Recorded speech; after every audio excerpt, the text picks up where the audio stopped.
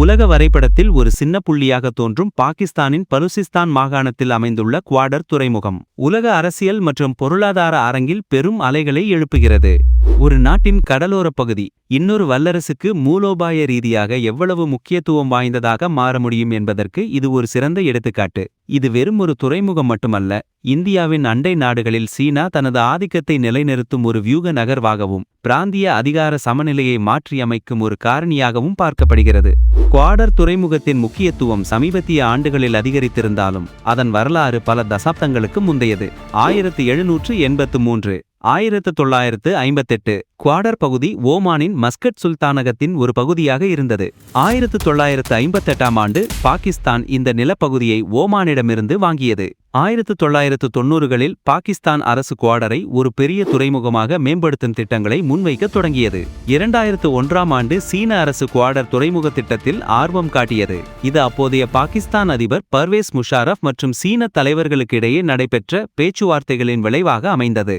2002ஆம் ஆண்டு குவாடர் துறைமுகத்தின் முதல் கட்ட கட்டுமானம் சீன நிதி மற்றும் தொழில்நுட்ப உதவியுடன் தொடங்கியது. சீனாவின் China harbour engineering company CHEC இத்திட்டத்தின் முக்கிய ஒப்பந்ததாரராக செயல்பட்டது. சுமார் 248 மில்லியன் அமெரிக்க டாலர் செலவில் இத்திட்டம் நிறைவேற்றப்பட்டது. 2007ஆம் ஆண்டு குவாடர் துறைமுகத்தின் முதல் கட்டம் நிறைவடைந்து அதிகாரப்பூர்வமாக திறக்கப்பட்டது. இருப்பினும் போதுமான உள்நாட்டு உள்கட்டமைப்பு இல்லாததால் துறைமுகத்தின் செயல்பாடுகள் குறைந்த அளவிலேயே இருந்தன. 2013ஆம் ஆண்டு பாகிஸ்தான் அரசு குவாடர் துறைமுகத்தின் செயல்பாட்டு உரிமைகளை சிங்கப்பூரின் போர்ட்ஸ் ஆஃப் சிங்கப்பூர் அத்தாரிட்டியிடமிருந்து சீன அரசு நிறுவனமான சைனா ஓவர்சீஸ் போர்ட்ஸ் ஹோல்டிங் கம்பெனிக்கு மாற்றியது. இது துறைமுகத்தின் மேம்பாட்டில் சீனாவின் ஆழமான ஈடுபாட்டிற்கு வழிவகுத்தது. 2015ஆம் ஆண்டு சீனா பாகிஸ்தான் பொருளாதார வழித்தடம் CPEC அதிகாரப்பூர்வமாக அறிவிக்கப்பட்டது. இது குவாடரை மையமாக கொண்ட ஒரு பிரம்மாண்டமான உள்கட்டமைப்பு மேம்பாட்டு திட்டமாகும். ஆரம்பத்தில் 46 பில்லியன் அமெரிக்க டாலர் என மதிப்பிடப்பட்ட இத்திட்டம் பின்னர் 62 பில்லியன் அமெரிக்க டாலருக்கும் மேலாக விரிவுபடுத்தப்பட்டது. CPEC-இன் ஒரு முக்கிய பகுதியாக குவாடர் துறைமுகத்தை முழுமையாக மேம்படுத்துவது மற்றும் அதை சீனாவின் சின்ஜியாங் மாகாணத்துடன் சாலைகள், ரயில்வே மற்றும் குழாய் வழித்தடங்கள் மூலம் இணைப்பது அடங்கும். 2016ஆம் ஆண்டு குவாடர் துறைமுகத்தில் முதல் வர்த்தக கப்பல் வந்து சென்றது. இது CPEC-இன் கீழ் துறைமுகத்தின் செயல்பாட்டு திறனை வெளிப்படுத்தியது. குவாடர் இலவச வர்த்தக மண்டலத்தின் குவாடர் ஃப்ரீ ஜோன் கட்டுமான பணிகள் தொடங்கின.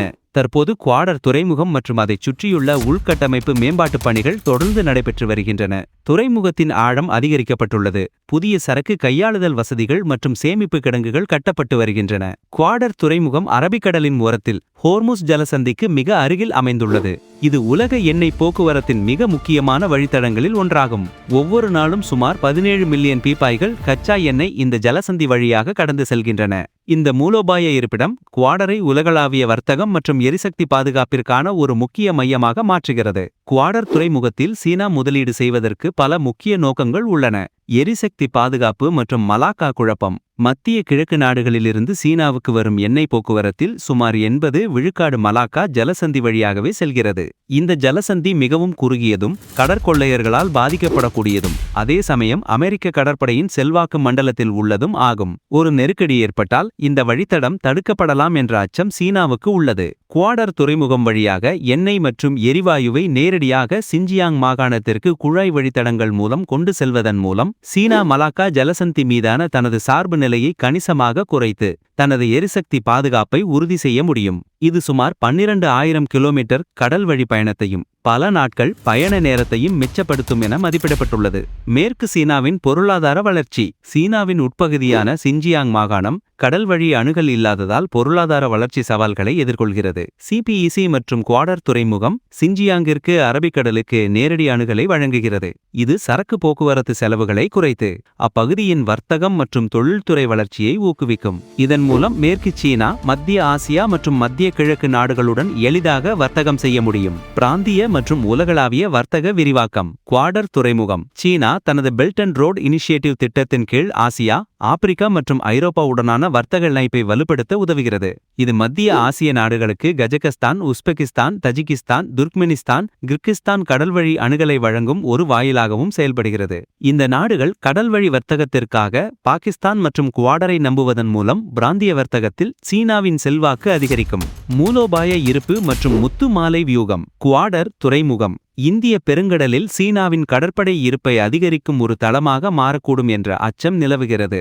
வர்த்தக நோக்கங்களுக்காக தொடங்கப்பட்டாலும் எதிர்காலத்தில் இது இரட்டை பயன்பாட்டு துறைமுகமாக, அதாவது இராணுவ நோக்கங்களுக்காகவும் பயன்படுத்தப்படலாம் என்ற சந்தேகம் உள்ளது. இது இந்திய பெருங்கடலில் உள்ள சீனாவின் முத்துமாலை எனப்படும் மூலோபாயத்தின் ஒரு முக்கிய பகுதியாக கருதப்படுகிறது. இந்த வியூகம் இந்தியாவைச் சுற்றியுள்ள முக்கிய கடல்வழி பாதைகளில் மியான்மரின் கியாவ்கியூ, இலங்கையின் அம்பாந்தோட்டை, பங்களாதேஷின் சிட்டகாங், மாலத்தீவுகள் மற்றும் ஆப்பிரிக்காவின் ஜிபூட்டி போன்ற இடங்களில் உள்ள துறைமுகங்கள் சீனாவின் செல்வாக்கை அதிகரிக்கக்கூடும். குவாடர் துறைமுகம் மற்றும் சிபிஇசி திட்டம் பாகிஸ்தானுக்கு பல குறிப்பிடத்தக்க பொருளாதார மற்றும் மூலோபாய நன்மைகளை வழங்குகிறது. சிபிஇசி திட்டத்தின் கீழ் பல பில்லியன் டாலர் முதலீடுகள் பாகிஸ்தானில் புதிய உள்கட்டமைப்பு திட்டங்கள், தொழில்துறை மண்டலங்கள் மற்றும் வர்த்தக மையங்களை உருவாக்குகின்றன. இது ஆயிரக்கணக்கான வேலைவாய்ப்புகளை உருவாக்கி நாட்டின் பொருளாதார வளர்ச்சிக்கு உத்வேகம் அளிக்கிறது. குவாடர் துறைமுகம் ஒரு இலவச வர்த்தக மண்டலமாகவும் ஃப்ரீ ட்ரேட் ஜோன் செயல்படுவதால் வெளிநாட்டு முதலீடுகளை ஈர்த்து ஏற்றுமதியை அதிகரிக்க உதவும். சிபிஇசி என்பது வெறும் துறைமுகம் மட்டுமல்ல, இது பாகிஸ்தான் முழுவதும் சாலைகள், ரயில்வே, எரிசக்தி திட்டங்கள் மற்றும் ஆப்டிக் ஃபைபர் வலையமைப்புகளை மேம்படுத்துகிறது. உதாரணமாக, கரகரம் நெடுஞ்சாலை மேம்படுத்தப்பட்டுள்ளது, புதிய மின் உற்பத்தி நிலையங்கள் கட்டப்பட்டுள்ளன.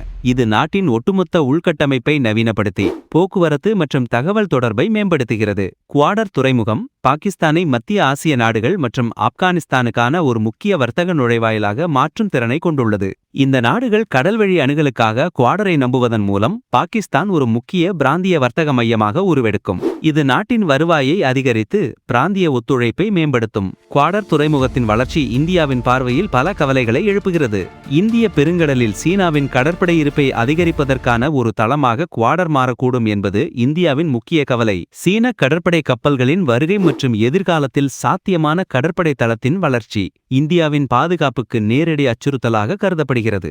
இது இந்தியாவைச் சுற்றியுள்ள கடல்வழி பாதைகளில் சீனாவின் கண்காணிப்பு மற்றும் கட்டுப்பாட்டை அதிகரிக்கும். இந்திய பெருங்கடல் பாரம்பரியமாக இந்தியாவின் செல்வாக்கு மண்டலமாக கருதப்படுகிறது. குவாடர் துறைமுகம் வழியாக சீனாவின் ஆதிக்கம் அதிகரிப்பது பிராந்திய அதிகார சமநிலையை மாற்றி இந்தியாவின் பாரம்பரிய ஆதிக்கத்திற்கு ஒரு சவாலாக அமையும். இது இந்தியாவின் கடற்படை மூலோபாயத்தை மறுபரிசீலனை செய்ய தூண்டும். சீனாவால் கட்டுப்படுத்தப்படும் அல்லது செல்வாக்கு செலுத்தப்படும் துறைமுகங்களின் சங்கிலி ஸ்ட்ரிங் ஆஃப் பேர்ல்ஸ் இந்தியாவின் பாதுகாப்பிற்கு ஒரு சுற்றுவளைப்பு அச்சுறுத்தலாக பார்க்கப்படுகிறது. குவாடர் இந்த சங்கிலியில் ஒரு முக்கிய வளையமாக இருப்பதால் இது இந்தியாவின் மேற்கு பகுதிக்கு அருகிலேயே சீனாவின் மூலோபாய இருப்பை உறுதி செய்கிறது.